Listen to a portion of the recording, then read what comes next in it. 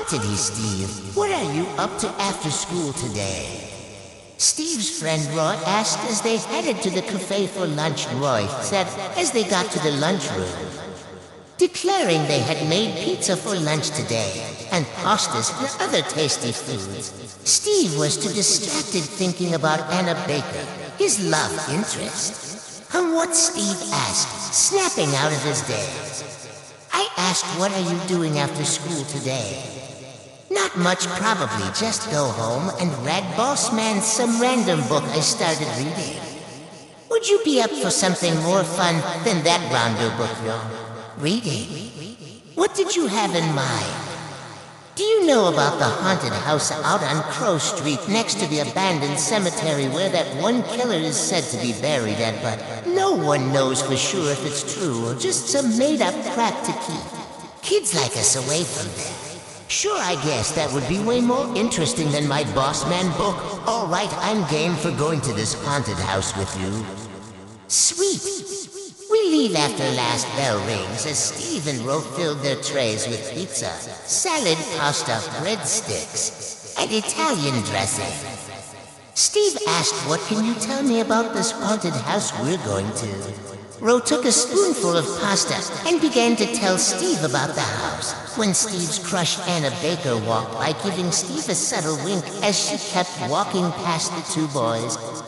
Roy and Steve found their seats on the far side of the lunchroom, where Roy finally started to tell Steve about the haunted house out on Crow Street.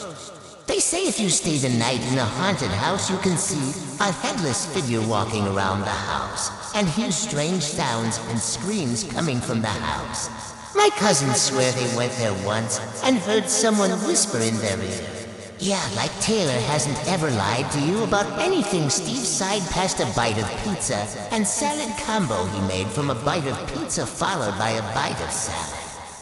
Well, yeah, maybe. He lied about that one time he said he went to the mall at night but didn't, and we almost got in trouble because we tried to do that. Roy's eyebrow rose. When have I steered you wrong before he asked. Do you really want me to answer that? Too bad our next class is going to be so boring we have Mr. Barker for science today. And you remember how boring he is, right? Don't remind me, Steve said as they dumped their trays and got ready for what would be the most boring part of their day. The rest of the day blew by, and Roy and Steve met up by the front of the school as they made their way from the school grounds. Roy motioned for Steve to follow him down a dark trail off a side street not far from the school. Crow Street wasn't a street you could get to by car, no, you had to walk there. The trail was dark and creepy looking, nothing seemed to grow, and no animal seemed to make a sound. As if the trail swallowed up anything that went in its woods. The trail went on for miles before Steve could hear what sounded like crows cawing in the distance. Strange shapes seemed to move around the forest. What's in the woods? Steve asked Roy. Oh yeah, I forgot to mention the woods around the house and cemetery are said to be haunted as well. They say you can see figures watching you from behind trees and stuff. That's when the boys heard growling coming from a nearby brush. Then they heard something running towards the cemetery just a mile from where the boys were. But they didn't see anything. What the hell was that? Steve yelled. I don't know, Roy said, his voice shaking like he'd heard it before. I think it might be the werewolf me and my cousin heard when he brought me out here that one time. The trees, slowly creeping in around the boys as birch, pine, oak, and cherry trees started making way to weeping willows for the next mile. Just weeping willows everywhere. I think I see why this place was abandoned, Steve said, breaking the silence. Looking around, he also saw all the abandoned houses that lied in shambles just outside the path. The cemetery is just over there. Roy pointed to a small corner, a street just out of sight. This place is different here. It's neither night or day, just dark. I don't think sunlight ever comes into this place. As the boys drew closer to the house, they could hear frogs and toads croaking in the distance and crows cawing from somewhere unseen. Roy was the first to notice it before Steve, as something walked by an upstairs window of the haunted house. "This is the place," Roy said, waving his arms in a grandiose fashion as if beckoning Steve as our honored guest to the haunted house. "Why, thank you," Steve said, not sure how to feel. The house was big and still looked surprisingly newish, as new as an abandoned house could be. Nothing was completely falling apart. Like the door was still attached, the shambles looked fairly new, but the house was in need of some serious repairs.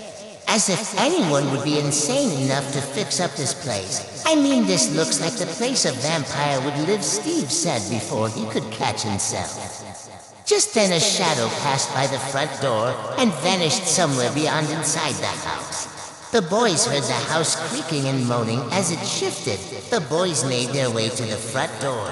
When Roy spoke, "My cousin swears that there's a ghost named Edith that haunts this house among other spirits or ghosts or whatever you call dead people still roaming a house."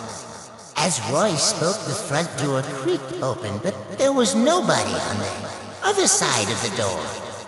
"I think the house is beckoning us to go inside," Roy said as the door began to making a creaking, moaning sound. "I'm going to take that as a yes," Steve said as the boys entered the house. That's when the boys noticed it. The door was different than before they entered the house. It wasn't looking dusty or gray, but full of colors like white and gold. And the woman Roy was telling Steve about was in a white and red dress in what looked like a study room. When Edith's husband called to her from the next room, "Edith, dear, would you mind bringing our new guests in here, please?" "Yes, dear," she called back, ushering the boys to follow. Steve turning to Roy and asking, "Did this happen to you and your cousin when you were here last?" Pale as a ghost, Roy shook his head no. He said, "I don't know what's going on this time." Edith brought the boys into the study where her husband was patiently waiting for them. "You boys must be wondering why you are here. My name is Edward, and what's your name?" "Oh, my name, Roy." Roy spoke before I did. "And this is my friend Steve." "Sir, this is a beautiful home you have here," Sir Roy kept saying, unsure of what to say or do. The men ushered the boys to sit and offered them something to drink, which they turned down in fear it was poisoned or something. That's when we heard a grueling howl from somewhere outside the house. "That damned werewolf is causing a muck again, isn't it?" Edward reached over the fireplace, grabbing what looked like a silver sword or sword-like weapon, and shouted, "Havoc, you werewolf boy!" Then a crash shattered the window and more howling barks came from down the hall, then from outside the door, then inside the room. And then everything went gray. Their beautiful house was empty ruins, drapes shredded hanging by a thread, and the boys thought they were dead. The windows blew open. The floors creaked and roared and made a clicking, knocking sounds, and both boys felt a hand on their shoulders and a voice telling them to get out and go home as fast as they could, before both boys went screaming into the night, shrieks of ghostly sounds on their heels. Too afraid to look back, both boys ran, and ran and ran and ran for what felt like forever before the shrieking faded and died away. The tale of the haunted is a tale they will never forget.